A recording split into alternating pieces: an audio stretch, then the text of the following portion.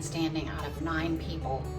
On Thanksgiving Day, my family started dropping like flies with a horrible stomach bug. We think it's norovirus. Anyway, I guess God knew that somebody needed to make the soup. It's become a family classic and people look forward to it after the holiday. So I'll be starting with a really nice hearty bone broth, which I'll feed my little patients first, and then I'll turn it into the turkey noodle soup. It's very simple, it's wonderfully nutritious, very sustaining and comforting. After all, a million grandmothers can't be wrong, right? So come with me and I'll show you how I make this wonderful, very, very easy, delicious tradition. You're gonna need 1 big old turkey carcass. Use a quart of turkey stock if you can find it. If not, chicken stock will do. A bunch of stalks of celery, some fresh parsley, and a whole onion. Those just need a big rough chop.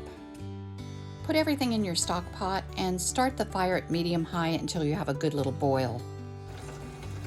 Refill your stock box with water and pour it in until it almost covers your bones. Want to add a good sprinkling of salt, some fresh cracked black pepper,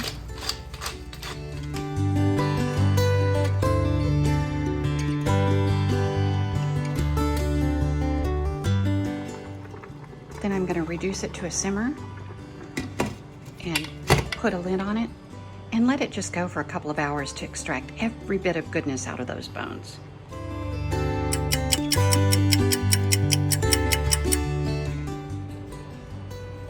So I'm going to take a big slotted spoon or a spider or whatever you want that you have. Look how the meat has just fallen off the bones. Look at this. This breastbone, it's completely cooked all the meat off. So we want to just get the majority out of our stock. Look at these leg bones, they're just bare. So that means all of the flavor has been extracted into your broth. Get most of that heavy stuff out. And then we're going to strain all this broth over a colander into a really large bowl that'll hold a few quarts. So look at all this meat. We're gonna have to pick through that, of course. So I'm gonna strain all this. Here's what our broth looks like. If you want it even finer, you can run it through a sieve that's been lined with a piece of cheesecloth, but I don't mind a few of these little bits in there like that. Very, very flavorful. You should smell this. It smells like Thanksgiving 2.0. Okay, now I'm just gonna pour my broth back in my big stock pot.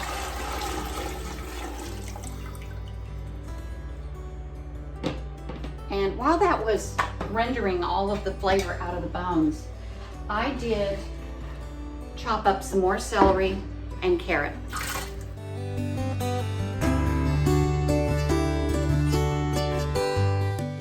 Those are going to actually be in my broth, tiny, almost like minced. And so I'm going to let those cook in my stock while I get all the meat off the bones. So I'm going to turn my pot back on, kind of like a medium to medium low, and put the lid back on. Y'all, I've got Gatorade all over the counter over there. Tons of pain relievers. Everybody is still so sick. And I've even had one daughter that ended up going to the ER today. They had to give her 2 liters of liquids. She was losing feeling in her extremities. She was so sick. They're all just having a bunch of body ache and pain. Their skin hurts and they're just moaning and writhing. And Zofran is not helping some of them. It is helping others. Anyway, it's just a horrible bug. I hope your family has been spared all this. I know it's going around Houston. Everybody is talking about how bad it is. Anyway, take all the meat off your bones. And honestly, since this has cooked all day, your stock pot actually does most of the work for you. The meat falls off the bones. I'm separating out all the cooked parsley, the cooked onions that are kind of big and slimy. Don't want those. But we had a 20-pound bird. And honestly, we ate most of what you could see on the carcass. All the breast, the thigh, the drumsticks. And I bet you I'm still gonna have 10 cups of shredded turkey. And I can use that for all kinds of recipes. I can do turkey enchiladas, turkey salad, hot open-faced turkey sandwiches with gravy and dressing and mashed potatoes. Oh, those are so good. My little mom used to fix those for us. Anyway, tons. But look how, I mean, it's very fine. Let me show you. Look how finely shredded this is. With little bitty pieces. Now to you, this might seem like tedious work, but I think of it as a labor of love for my family. It can actually be kind of peaceful to just stand here and do this. And I think about all the turkeys and chickens my mom did this with for us, for our little family. I'll tell you, my mom could take a chicken, and when we thought we were done eating on it, she could still find enough on that bird to make another meal or two. So y'all look at this. You just kind of want to work your fingers through it. Make sure there's no little pieces of skin or the teeny tiny bird bones that you sometimes find. Shred it up a little bit. You'll have a few little chunks. And then I just kind of work my knife through it a little bit. I don't want to have any really long strands. I want turkey that'll fit on your spoon. See? Even when you're careful, you'll sometimes find some little bones in there.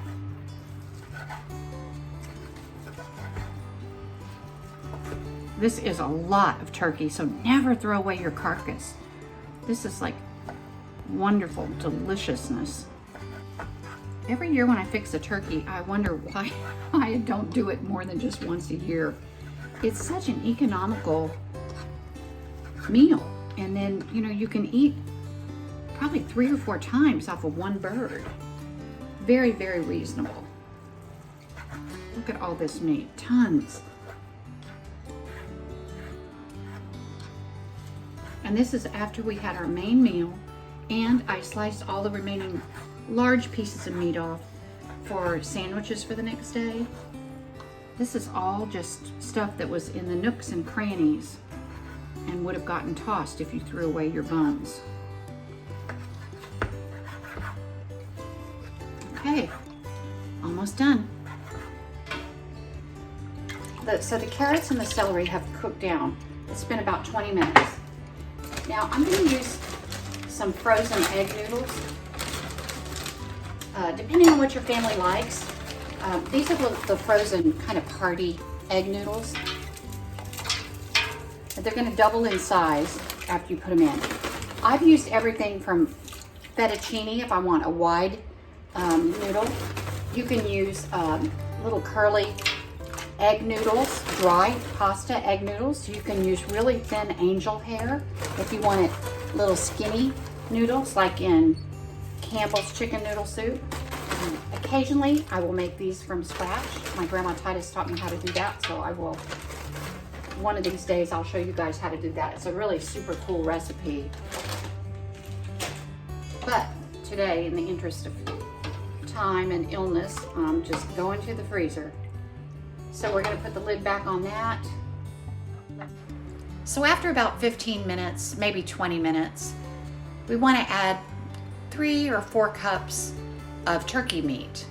Just add however much you think your family might like. Some people want more broth, some people want more substance.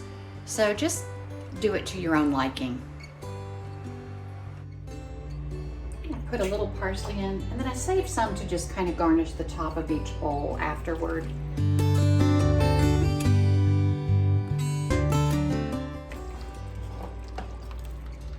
gonna stir that in, and then scoop some up. Man, you guys, this makes the house smell so good. Oh my gosh. I promise you, everybody will love this. It is so good. Put a few little parsleys on top. This recipe makes several quarts, so you have enough to share with family or friends, or it freezes beautifully. Now, you guys don't have to use a turkey for this. You can make great chicken noodle soup out of this too, so any time of the year, but especially when it's really cold outside. This is so warming and comforting. Everybody stay well and healthy. Thanks for joining me for this delicious tradition. And thank you, Lord, for keeping me well so I could make this food and take care of my sweet little family. I'm so blessed.